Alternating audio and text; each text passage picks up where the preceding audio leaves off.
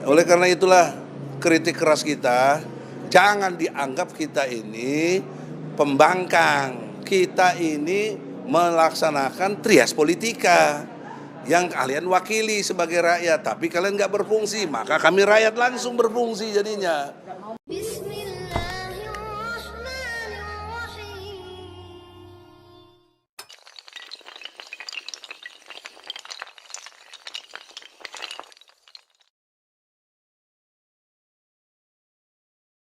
A'udzubillahi minasyaitonirrajim. Bismillahirrahmanirrahim. Alhamdulillahirabbil alamin. Segala puji bagi Allah Subhanahu wa taala. Hari ini kita sidang gugatan terhadap DPR RI, Dewan Perwakilan Rakyat Republik Indonesia. Pada kesempatan ini ada dua hal penting yang tidak tercapai dalam konteks surat kuasa. Akhirnya hakim ambil kebijakan yang sangat bagus menurut saya. Kita tetap mencatat akan ada yang namanya penandatanganan dari para wakil ketua DPR, tetapi untuk sekarang dianggap sah dulu, dianggap lengkap. Nah, dari pihak DPR RI, kuasa hukumnya menjawab insya Allah tanggal 16 Agustus akan ada pidato kenegaraan, jadi semua wakil ketua kumpul semua, jadi mudah untuk tanda tangan. Nah, kita hormati, sehingga insya Allah sidang akan dimulai setelah ada tanda tangan resmi semua dari para wakil ketua.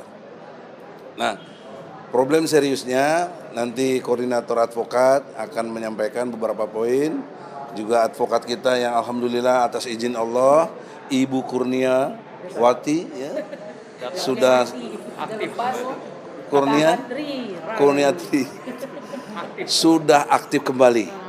Itu luar biasa anugerah Allah, karena di tengah banyak orang kematian beliau tetap survive. Artinya Allah masih percaya ada amanah yang harus diselesaikan. Ya. Oleh karena itu saya minta sebelumnya koordinator advokat bicara dulu. Baik, terima kasih. Bismillahirrahmanirrahim. Assalamualaikum warahmatullahi wabarakatuh. Alhamdulillah, setelah melalui proses persidangan, akhirnya kita bisa mengajari DPR tentang bagaimana beracara di hadapan pengadilan yang benar. Kalau sebelumnya DPR hanya teken Puan Maharani, tadi dari kuasa hukum DPR menjanjikan maksimal tanggal 16 Agustus akan ditandatangani oleh seluruh pimpinan Dewan. Dan itu pula yang pada sidang yang lalu kami komplain kalau hanya Puan Maharani, karena urgensi dari gugatan ini adalah berkaitan dengan penggunaan kewenangan Dewan. Sesuai tatib juga semua harus terlibat, apalagi ini berkaitan dengan hak interpelasi, hak angket, bahkan hak menyatakan pendapat yang tidak mungkin ditandatangani oleh seorang Puan Maharani. Tapi sekali lagi, meskipun tadi ada perkembangan, lagi-lagi kita juga menyayangkan ini lelet sekali nih proses administrasi di DPR. Padahal kita gugat sejak Mei, 31 Mei. Dengan presiden aja kita sudah selesai melakukan mediasi. Walaupun hasilnya gagal ya, Bang ya. Tapi dengan DPR ini baru urusan surat kuasa terus.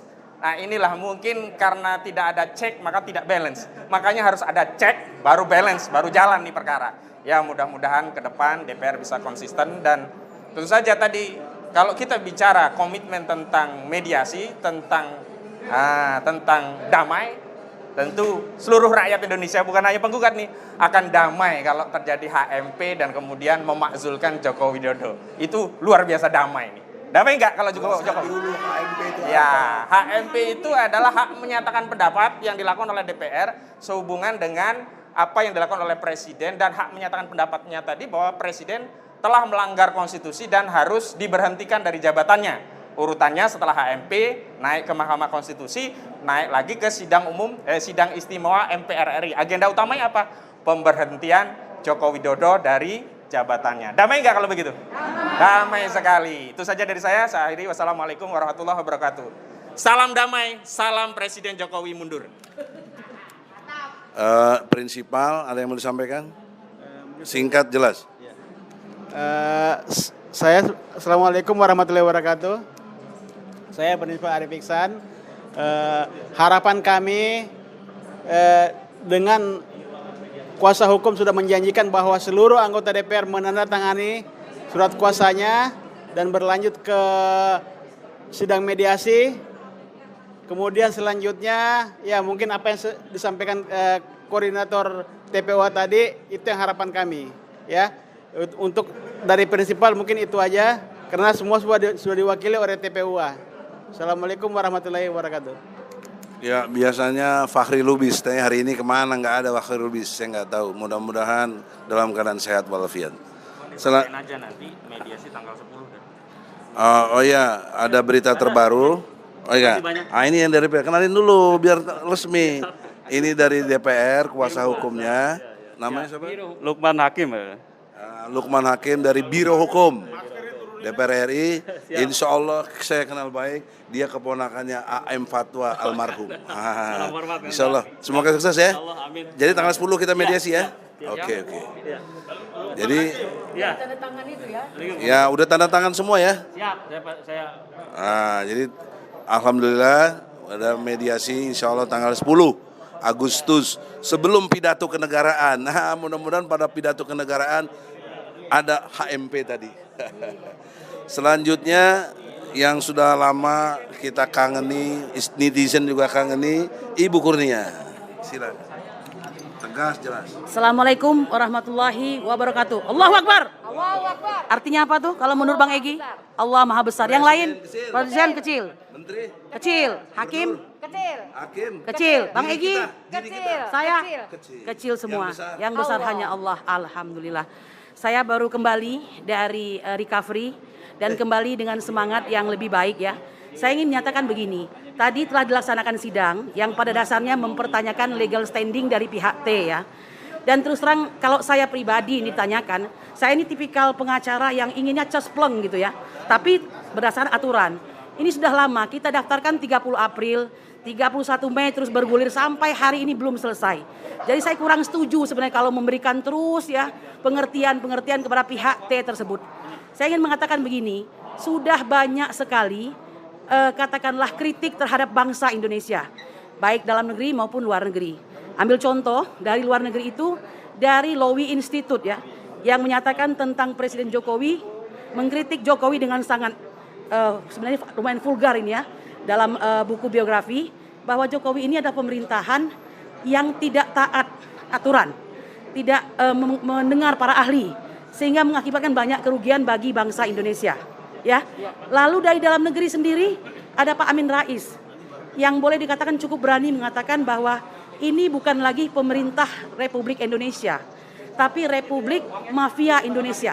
Mengapa? Karena ada mafia terigu, mafia daging, mafia garam, gula, bahkan yang terburuk mafia hukum. Ya, di zaman Pak SBY ini masih baik. Beliau mengeluarkan Kepres nomor 37 tahun 2009 tentang pemberantasan mafia hukum.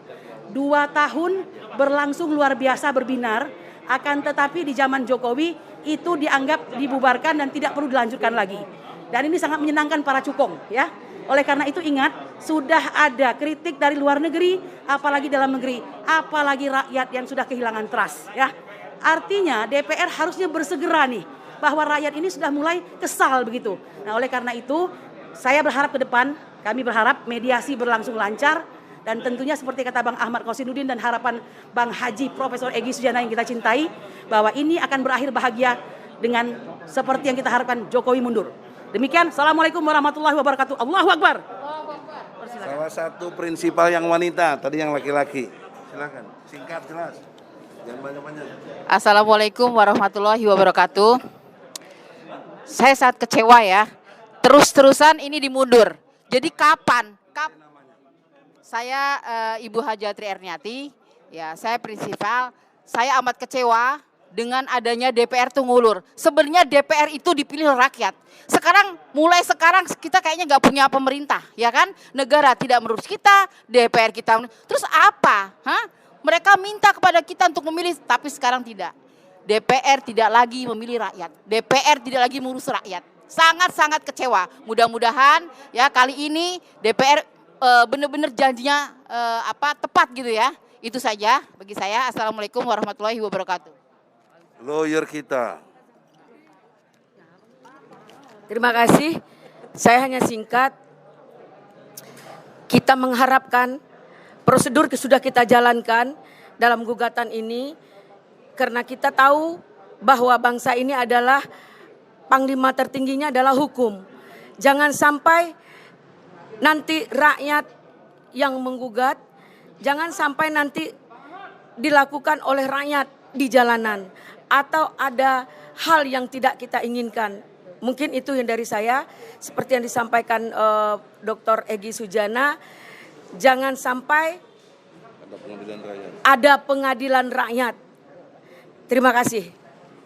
Dari saya closing statementnya saudara-saudara adalah sejarah perjalanan eksekutif, yudikatif, dan legislatif, paham dari trias politika yang kita anut, ini udah amat sangat timpang dan selalu heavy-nya kepada eksekutif. Sejarah mencatat, hingga detik ini, DPR RI tidak pernah manggil presiden, tidak pernah. Ya, dalam konteks apalagi khusus di pemerintahan Jokowi ini. Kapan Jokowi dipanggil?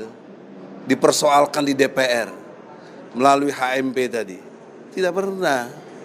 Itulah sebab substansi antara lain kita gugat DPR. Karena DPR disfungsional terhadap peran yang dia mainkan itu sandiwara saja. Jadi tidak dalam konteks betul-betul trias politika itu jalan. Ada keseimbangan.